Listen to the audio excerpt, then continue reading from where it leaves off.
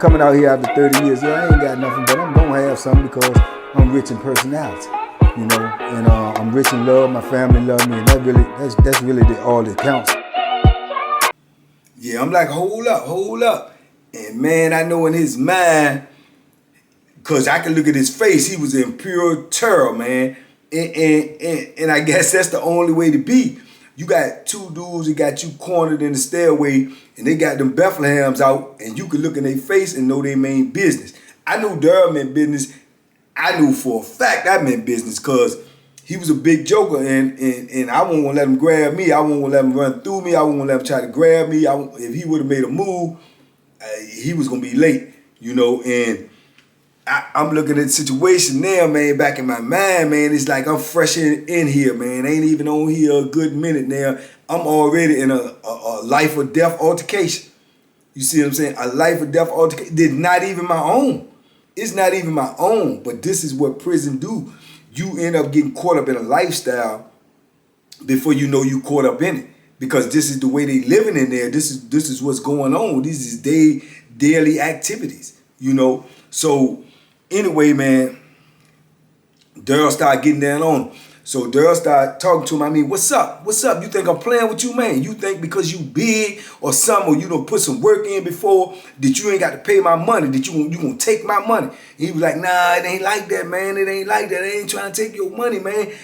No, man, it ain't you been nothing, man. I want my money, man. When you gonna have my money? You got till the end of the day to have my money, man. Straight up. If you ain't got my money, you know what it is. He was like, I'm gonna get the money, man. I'm gonna get the money. Even if I got the bond, I'm gonna get the money, Daryl. But you know, it ain't like that, man. I just been going through something, man. But I'm gonna get the money, man. I always pay you, man. He said, I don't care what you always do. I want my money now, man. You been owing me for 3 weeks. He said, man, I'm gonna have your money today, man. I'm gonna have your money today. That's my word. Daryl said, all right, man. I'm telling you, bro. You better have my money, man. That's straight like that. Have my money, man, or come at me, man, because I'm coming at you. He was like, I'm gonna have it, man. So boom. He rolled up, go on up there. Me and Daryl, you know, tuck the joint, go on back up to the cell. I think at that point right there, he basically said it out of his mouth, but I knew, you know, he kind of knew the caliber of dude I was, but I think that solidified it for him. You know what I'm saying? That solidified it for him. He told me, he was like, young man, I ain't want you to get involved in that, man, but I see, you know, you trained to go, man. He said, you a real soldier, man. He said, I F with you for real. You know what I'm saying? Anything I got in the cell, yours, anything you need, man, I got you. You know what I'm saying? I'm like, man, vice versa. So from that point on, you know, that's why our bond was built at. You know what I'm saying? We built our bond just straight like that. And he was like my brother, man. And every time he got on or had something, man, he always made sure I had something. He always made sure I was straight. And that's how we carried it, man. And he was a good dude, man. He was a real good dude. His baby mom used to come see him and bring his little son. He had one little son. He loved his little son to death, man, little D. And yeah, man, we had a bond, man. So I got in a routine of you know, just training, you know, the box, working out, man, with him, you know, reading a little bit, and just basically staying to myself. The dudes I was kicking it with was the DC dudes, because I ain't really know nobody else. I started meeting other people and eventually started, you know, kicking it with a couple of other people. But for the most part, I stayed in my little circle and I observed and I just paid attention, you know. And I always, from that point on, even whenever I seen Fleet, I always had my eye on him because, like I say, in prison, you turn your back, you get late. So I always had my eye on him. He paid the money. He came up with the money. He gave him that money. He brought him that money back that day. You know what I'm saying? By dinner time, he brought him that money back. And I always just kept my eye on him because whenever you have an altercation like that with somebody, or you don't pull something on them or you don't threaten them, then you don't know what their frame of mind is. You know, I know my frame of mind. If somebody do it to me, I ain't gonna never feel safe around. So I'm 9 times out of 10, I'm gonna try to get rid of you. So I think that people think like I think. And that's the way I always look at people. Even all the way fast forward to, like I said, he was right there when I made parole. Even when I seen him, I still had that in my mind, you know, to keep my eye on him. You know, I never like really, you know, was fully comfortable around him. Although he said it was squads, well, we even talked about it before. He remember it wasn't nothing, man. Yeah, we was young, doing things, woo. But I still kept my eye on him because you never know. You know, you don't know what's in a person heart. You don't know how they feel. They can have a bad day and remember that and say, well, I'm going to get him. You know what I'm saying? And that's the way I always thought in my mind. But yeah, man, so I started trying to, like I say, get acclimated with it, man. I was really into that boxing thing, man. Oh, man, Lord. I remember, like I say, started training. I've told y'all before with the little dude up there, Kaya. He was a beast up there. I was doing my thing with him, sparring with him a couple of times. But, man, they had another dude up there, man, from Richmond. And I'm going to tell y'all right now, this got to be one of the funniest, craziest characters that I met. I may have to do a whole story on him, man. Y'all remind me, man. He got to be one of the funniest, craziest characters I met in my bit, man. He just popped in my head while I'm telling this story, because as I told y'all, I don't even write this down. I just go off memory. But, man, this dude named Angelo Ford. Angelo Ford from out of Richmond, man. Salute. I hope you somewhere out there doing good, man. But, hey, he was from Richmond, man. And he was cut up and ugly as a dog, man. Ugly as a dog and funny as any comedian you will ever meet, because his actual funny was him being serious. The way he talked, it always sounded like he was drunk. And, man, he just was so funny, but he'd be dead serious and could rumble, man. I mean, he could rumble. Worked out, man. That's how we got to knowing each other, for being out there jogging and working out together and everything, man, and getting in that ring, man, and sparring each other and stuff, man. But that dude was super funny, man, on some being serious stuff. And, I mean, some of the funniest things I can remember came from him, man. I remember one time, man, I was at the property room with him, and we was trying to pick up our property. Back then, when you get property sent in and stuff, you still could get certain things sent in, clothes, you know what I'm saying? At that time, I think on AUGUSTA, you could still get your people to send you a package like once every couple of months. It had, hygiene items in it, underwear, personal underwear, t-shirts, stuff like that. So I can remember being over there one day at property trying to pick up my property, and Angelo was over there trying to pick up his property. And he arguing with the property officer, because the property officer telling him in order to get his package, he got to turn something in. You couldn't get new underwear, t-shirts, whatever, without turning in old ones, because it was a limit of what you could have. So he was like, what do you mean? And she was like, you got to turn something in to get your new stuff. I can't give it to you if you ain't got nothing to turn in. Man, that stuff old and gone, man. What are you talking about? She said, that's why you need to turn it in. You need to keep, well, I'm going to keep something old and wore with holes and stuff in it for. She said, well, I don't know what tape is for. I can't get, he said, since when they doing all that? She said, check your rule book. It's in the rule book. These been the rule. He said, man, that stuff played out, man. They got new rules, man. Give me my stuff. And, man, I just remember laughing so hard, because he was dead serious. He was talking, man, they tell me some rules, man, that stuff done played out, man. Man, girl, you better get my property up in here before I get to turn stuff up in this joint, I'm trying to tell you. And he'll get the heights in his pants up, man, like an old man. And he be like, I'm telling you right now, you better get ready to call some people. I'm going to tear this joint up in here. And, man, he was serious, man. Then the police down, she'll call the police. The officers will come in there 2 or 3 deep. Talking about, what's the problem? He said, man, look, I got property up here. My people send me that property, man. I'm telling you right now, I don't get that property. Man, hey, we going to jail today. You don't get that check today. I'm telling you, tell the guy, get my property. So they talking about, man, we can't get your property. Whatever, man, you got to leave. You got to go back to your building. I ain't going nowhere. What's up? He said, Ford, I'm telling you, man, what's up? I'm dead, I want my property, So then the sergeant come down there and tell me, man, what's going on? He said, man, the same thing, I want my property. Sergeant said, look, man, I'm tired of talking. I'm going to get my property, or we going to get some wreck, man. What we going to do? And the sergeant said, oh, you threaten me? Man, look, and step right to him and start, bop, bop, bop, and they rumbling. They jump on him, then they call it 1033, police come from everywhere.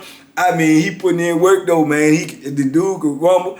He had a big old heart, man. He be dead serious. They think he be drunk or he be playing till they find out the hard way. He'll fight the police, fight dudes, And it don't even matter to him. He go back in the hole, man, be back there for a couple of months, come right back out. Yeah, they thought I was playing, man. Man, I got to get back in shape. And he work out hard, man. He get out there on that yard and work out hard. But that was his whole persona, man. The dude was crazy. He was just one of them dudes that he just ain't care. He ain't care nothing about no drama. He ain't care nothing about going to jail. He ain't care nothing about none of that. And you meet dudes like that in there like him. I mean, man, old Ford was great and funny, man. And I got to say this one last story about it before I leave because I'm thinking about it. I remember, fast forward, we was in the hole one time together and he argued with this big white dude back there. And the big white dude post can fight. And he arguing with they gate arguing. We locked up, you can't see each other, so they arguing on the gate. So they tell me, well, when we go out for rec, then we gonna get it popping, then we gonna see what's going on. Yeah, woo. So Ford, Angelo keep on telling, man, you all right, you gonna get it now. Don't poke out on me, come on out there. White boy said, I'm coming, woo. So when we go out on the yard, it said we in a cage. Now at this time, they eventually moved it to one cage, each individual, because of this, all the fights. But at first, it's a big cage where they're going to put 15 in this cage, 15 in that cage. So when we go out, it depended on what tier you on if you're going to go in the cage. So they going in the cage together, me too. So, man, we get out there in the cage for that wreck that morning, man. I never forget it, man. When the police leave and everything. So Angelo holler over. He on one side of the fence, Angelo on the other side of the fence. He said, you ready? You ready? He pulling his pants up. Old boy come out, white boy won't scare you. Big old white boy walk up to him and say, yeah, I'm ready. Come on, you tell me you can fight? You can fight. Man, he swung a punch at Angelo, man. Angelo slipped that jump, hit him with an uppercut over right hand. Boom, boom. He stumbled back. When he stumbled back, he ran up on him. He hit the fence. When he hit the fence, Angelo unloaded on him. Bang, bang, bang, bang, bang. Man, blooded him up, busted him all up, man. He had dude lip bleeding, nose bleeding, eye bleeding. Dude slumped down up on the fence and you can't even make this up, man. And Angelo actually looked down at him and said, you had enough? You had enough? Dude said, yeah, I had enough. And Angelo said, I told y'all were good, didn't I? I told y'all were good. And then he walked over to us. He said, didn't I tell him I was good? I told him I was good, man. This dude was crazy, man. Shout out Angelo Ford, man, if you out here, bro. I hope you out here somewhere, man. But yeah, I got many stories of him like that, man. He was a loose cannon. He didn't care. Whatever it was, he come on with it. You know what I'm saying?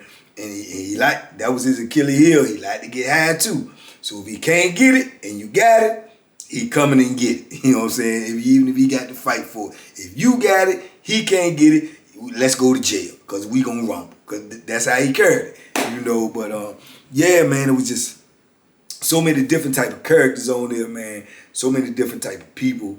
And like I said, and then you got to look at the staff, man. Like I remember I told y'all the staff was racist, man. They was ultra racist. I told y'all they had them twin brothers up there, them Boyers brothers. Pure snakes, vicious. They identical twins. Both of them was lieutenants. Both of them was nasty, lying, conniving. They'll blame some on one of them. They blame it on the other one. When you talk to them about a problem, he tell me, you ain't talk to me, you talk to my brother. They play all these games. But they was up there, they was vicious. But like I say, it was a racist joint, but they had a black dude up there who had just made major. And to this day, I think he awarded somewhere. Big old dude, too, about 6'5". His name was Braxton. And he was the major up there eventually. And man, they hated him, man. They hated him because he was black, and they hated him because he had the position that he had. And man, they used to do vicious stuff to him, man. But he wouldn't leave. He stood up to him. I heard he done whooped a couple of the officers out in the parking lot before. They done rolled the N-word, spray painted the N-word on his car in the parking lot. They done flat his tires. They done bust his windows out. And these his co-workers, you know what I'm saying? Or subordinates, they work for him, but they done did it, you know what I'm saying? Because they ain't like him up there because, like I say, they was used to being around their own people. But yeah, they had that dynamic going on up there. So you really ain't, had nothing coming when it came to you against the officer, or, what I'm saying, your word against theirs, because they ain't believing nothing you say. They gonna drag you. They had the tendency to get you up there and get you in them handcuffs and beat you, man. When you had them handcuffs on, they were vicious up there. They was getting away with a lot of stuff. And so you had to know that when you was dealing with them. You really had to know it. But you had to set your mark. If they ever beat you, you got to come back at them twice as hard to let them know, if you do it again, this is how I'm coming. And somebody gonna end up losing their life. Y'all gonna kill me, or I'm gonna kill y'all. But you ain't just gonna be beating me, and I ain't gonna do nothing about it. If you didn't let them know that, then that's what they was gonna do to you. Every time you was late, or every time you got smart and they got them cuffs on you, they was gonna put them thumpings on you, boy. And I'm telling you, they had the nightsticks and stuff back then. So yeah, they was cracking some heads, man. And yeah, so you had, like I say, you got to get used to the atmosphere. You got to get used to the people you around, what they doing, how they carrying it on the camp, man. It was all coming at you fast. You ain't got no whole lot of time to be, you got to be able to process this stuff and see what's going on. You got flim-flam artists up there, dudes is coming up there with games, dudes coming up there trying to sell you stuff they done stole from somebody else. You know what I'm saying? Dudes telling you, let me borrow this money, I'm gonna give you that back, or that's my word. I mean, dudes sneaking in your cell. You had the creep thieves, they sneak in your cell when you gone, come back, try to steal all your stuff, going out your cell. It just was it was eye-opening, man. It was eye-opening. But I had, by then I'm learning, but I'm in full bloom too. I'm in full go mode, because anything that come near me, I'm just gonna react violently. I had already locked it up in my mind, because I see what's going on. I see how they carrying it, and I see that's the only thing they listen to. So period. I won't, trying to beef with nobody at that time. I won't start nothing. I was locked in on the boxing. But all of my little altercations either came from somebody just not liking me, somebody was felt some type of way about the way I was acting with the boxing thing, like I was him, because I felt like I was him, and if you ain't like it, put the gloves on. So, but almost all my altercations came from that, man, or either from somebody that I was cool with, they had an altercation and I stepped in for them. Because I felt like if you was cool enough to be my cell partner to sleep with me, man, then, or I was cool with you, then you was cool enough to go to war for. Because like I said, when you get in prison, friends is gonna be few and far in between, especially real ones, especially ones that is who they say they is, ain't gonna do what it needs to be done when time come for it to be done. So that was a lot of my problems right there, besides my own, and then like I say, you cell partners, man, that's a whole nother ball game. If you get stuck with crazy cell partner, because you will, as I done told y'all, or a dirty cell partner, or just a no good cell partner, period, a larceny hard to do, then man, it's gonna make your time that much harder. And every time I had one like that, I did my best to get rid of them, And then, like I say, when time went on, that changed. You try to get rid of your cell partner, you going to jail. So you be stuck with whoever they give you if you weren't willing to go to jail, So the dynamics, man, it's just so many dynamics of prison. And then, like I say, you're not going to learn them all in a short period of time. All of this takes experience. You have to go through a lot of process to get there. But like I say, Augusta was a different animal, man. And I can remember, like I say, I don't remember exactly what it was, why they came and moved me. I don't know whether, they kept putting Daryl on the investigation for drugs or whatnot. And he kept coming up out of it because he was smart. He ain't never actually get caught with the drugs. But I know they ended up moving me too, because they used to always question me, and I don't know nothing. I don't know what's going on. When you in the cell with them, I don't care who I'm in the cell with. I'm in the cell with whoever y'all put me in here with, and I don't know nothing, so don't ask me nothing. So they eventually end up moving me, and I remember they moved me not only out the block, they moved me out the building. So I went from the building all the way on the left, I'm trying to remember what it was. It might have been C and D building, man, all the way down to A and B building. And when I went in there, that was when I eventually met and ran into Chucky. Y'all heard about Chucky. and how the situation went with me and Chucky, because I went right in the block with the foolishness, started gambling, got in the altercation with Chucky because I ain't want to pay the money. Long story short, like I told y'all, go watch the Chucky video. Me and him end up becoming like brothers, Salute to Chucky too, man, out here on the street. But, and then, I was around my homeboy Boo, man. Boo is like my brother. Hopefully I'll bring him to y'all one day. He is unfortunately incarcerated right now up in Maryland, but he should be out within a year. And he ended up being my lifelong brother. He was from the city as well. Thorough soldier, 100%. So, but when I moved down there to this building, they ended up putting me in the cell with a dude named Junie, right? Whole nother that story, man. And Junior was a big dude, man. I mean, muscle big. He was big, cut up, super small waist, flat stomach. All he did was worked out, which y'all already know about, or if you've been watching my story, you know about Jew-Man. Jew-Man and Junior was partners. They was in the little weightlifting crew. Jew-Man had a little crew up there where he didn't have a little crew. He was in the crew. Right, but they had a little weightlifting crew. I used to call them the weightlifting mob because all of them was young and all of them was big. Even Jew-Man had decent size on them. All of them, all they did was when they went out there, when them doors opened, they went to the weight pal. They worked out every day, rain, snow, sleet, or shine. If they opened them doors up, them dudes was going out there on their weight pal, put their work in. So Junior was my celly. He was in their little crew, old muscle dude, but he, to me, straight up, man, Junior was a straight cornball, man. He was goofy as I don't know what. He was a cornball, but, like I say, he was big. I mean, big. So, he intimidated dudes, plus he had his little crew behind him. So he talk his talk and do his little thing. But to me personally, man, his heart was always in question, man, But like I say, as far as me and him, we got along all right. We weren't like super tight. But we was cool. He you know what I'm saying, I could deal with him, you know what I'm saying? We ain't never really had no arguments, no beef or nothing like that. He respected me, therefore I respected him, and we coexisted in the cell, right? But like I say, he my celly, you know what I'm saying? And Jew-Man at the time was in the cell with a dude named Ty. Man, I've spoke about Ty before, I believe, on my page, man, but if I didn't, man, Ty was he was out Virginia Beach. Man, that dude was built like a real live bodybuilder.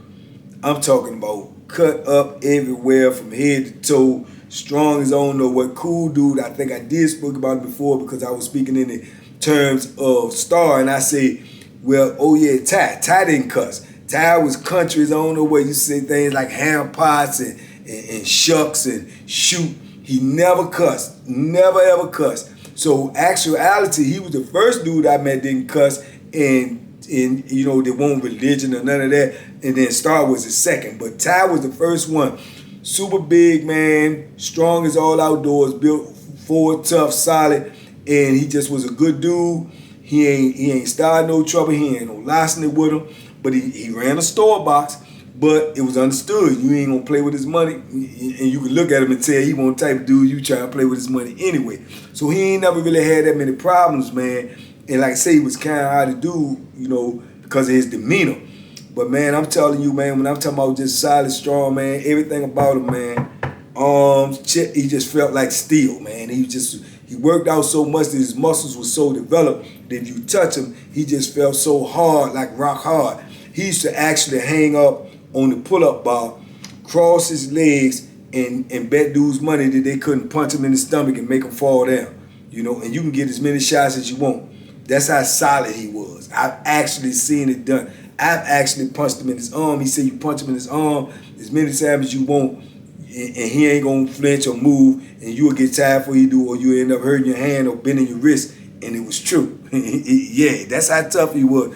And I never seen him lose his cool except for one time. I don't know, I think I told that when the karate dude tried him and made a big mistake.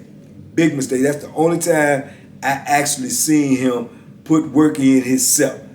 I've seen him in other cases what I'm getting ready to talk about, but that's the only time I actually seen him put work in himself. And trust me, it was worth the price of admission. because he won't playing. And I had never seen him lose. And even though that, he was in a fit of rage and doing what he was doing, and it took a couple of us to get him up off the dude, he still won't even cuss. He won't even cuss him, man. That's just how much control he had with his vocabulary, that just wasn't even part of his vocabulary. So even when he got mad, which the few times that he did, he didn't even use profanity. You know what I'm saying? But yeah, that was their little crew, man. And I'm trying to think of the other dude, man. Ty was the biggest, and old other boy, man, real dark skin, man. I can't think of what his name was, man. But he was the one that looked the most menacing because he was so dark skinned and so big, huge, big old chest, big arms, and he just was always gritting. But if you put it to the test, when it came down to my money, I would have put my money on Ty to be the hardest one in the clique and the most dangerous one in the clique. But that was their little crew, man. They had Ty, they had Marcelo Jr., they had Jew-Man, they had two other dudes that I never really knew that well. They was in different buildings. It's about 7 or 8 of them, man. But there was a little clique, little mob, man, that if you had a problem with one of them, you was going to have some problems with all of them, you know. And then, like I say, in prison, I learned that fast in prison, man, that size is an intimidating factor. Now, whether or not you can rumble or not is two different things. You can be big as I don't know what, and I've seen dudes like they can't rumble a bit, but it's going to keep the weight up off them until someone actually get enough heart to try them and expose them. And then you might try them, and then, you know, you might find out you awaken a giant. But I've seen dudes that was built like that and big like that, and when the test came to their heart, they fold like lawn chairs, and it was never the same because it's like, man, world news in there. Once that happened, man, everybody know, man, and then your respect is gone, and people gonna be coming at you sideways that would have never came at you that way before, but now they look at you different, they gonna treat you different, you know. And like I said, I seen animals, man. I remember, like I say, I think I said that on another channel or something before, but when I remember going out on the yard one time, one of the first things I remember when going out there before, I seen this huge white boy named was Zach. And man, he was walking across the yard from a distance, and I'm looking at him, and I'm looking at the silhouette, and I'm like, man, this dude can't be that big. And this man was huge, man. I'm talking about like Arnold Schwarzenegger huge, and he had this long hair, because this is before they made you cut your hair. He had this long old hair like the Fabio books, the covers of it, more romance novels. That's how he looked. And then he was walking across the yard, they had on nothing but a pair of Levi's, no shoes, no nothing. And man, he was an animal. That boy was about 240, 250, big as I don't know what, lift everything on the weight pile. And then, you know, I'm looking at him and looking at his physicality, but then they say that he was a homosexual, you know, so who know? You know what I'm saying? But that's what the rumor was about him with that. But by you physically looking at him, man, he looked like he wanted to be messed with. And I've seen him on the weight pile lifting everything out there. Big as I don't know what, man. But you never can judge a book by the cover because, like I say, I seen small dudes, little bitty dudes, that's straight killers. You know, I mean, we'll take that Bethlehem and put so many holes in you, man, you look like a basketball net. And they were serious, and they didn't care who the opposition was. That just was their stance, and you knew that dealing with these type of people. I had a little homeboy named Speedy, man, and Speedy known in the system for being deadly and dangerous. And Speedy was probably about 5'6", 135 pounds. But won't nobody willing to test him because he had already been tested and he had been proven forward, tough, and not to be played with. You know, but like I say, that size and that illusion would get you in trouble. Now, I can remember Junior being my cellie. And we had been sellers for a minute now, man. And like I said, we coexisted or whatever, you know. But like I say, I didn't never think that he was, you know, had that. And man, I can remember that's a whole nother series I might tell you about too, man. He got to beefing with this dude named Charles over some money that he owed for the store box. He hadn't paid him in a while. Now Charles, let me tell you about Charles. Charles was a big dude.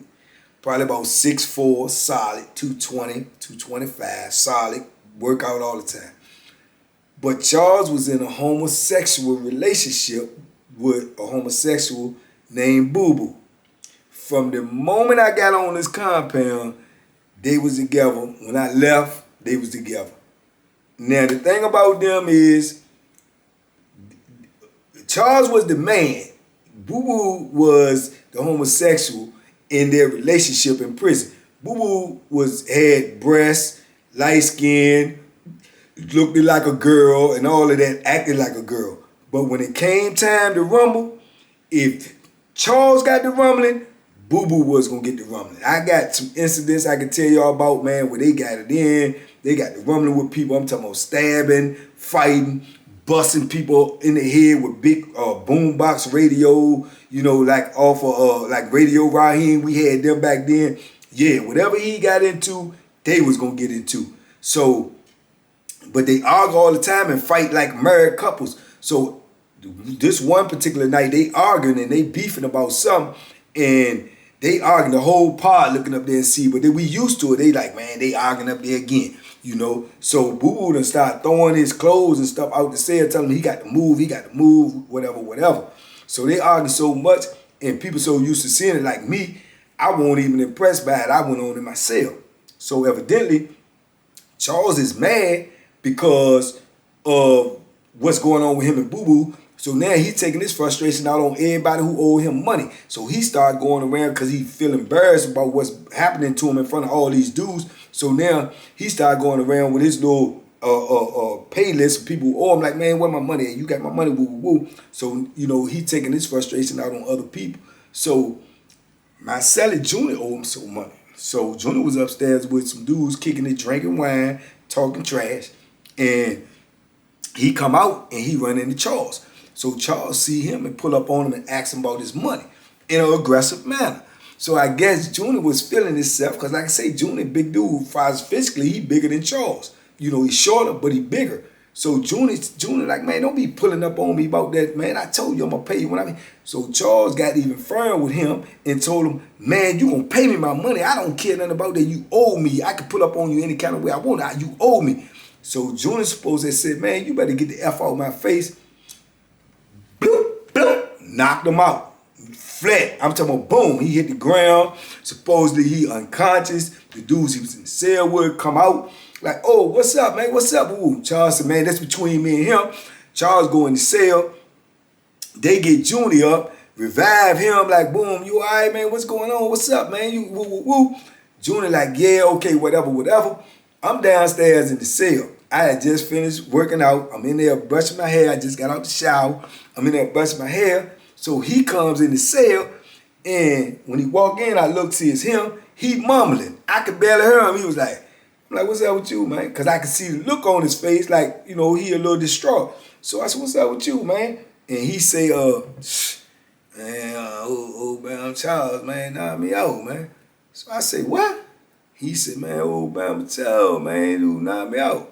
So I didn't think I heard what I thought he said. So I said, what did you say? He said, man, Charles, man, swung on me, man, knocked me out. I said, when? He said, just a little while ago. I'm like, what? So I step out the cell, look around, see what the atmosphere is, check the temperature, see what's going on. I step back in, I say, so you mean to tell me he hit you and knocked you out? He was like, yeah. I said, for what? He said, oh, some money, John, man, but don't worry about it. I'm straight. And I said, well, let's go. You know what I'm saying? Because that's my celly.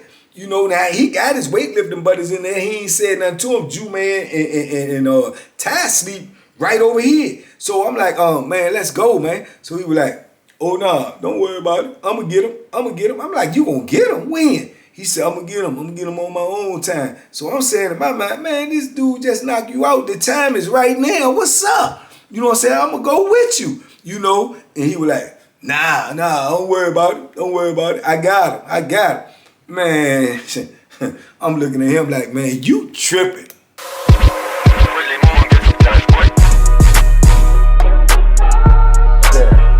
The bacon special. Yeah. Pure deliciousness. Pure deliciousness, man. My name is Banky, man. Everybody calls me Banky. That's the name that I got from my grandmother when I was young. I'm coming out here after 30 years. Yeah, I ain't got nothing, but I'm gonna have something because I'm rich in personality, you know, and I'm rich in love. My family love me, and that's really all that counts.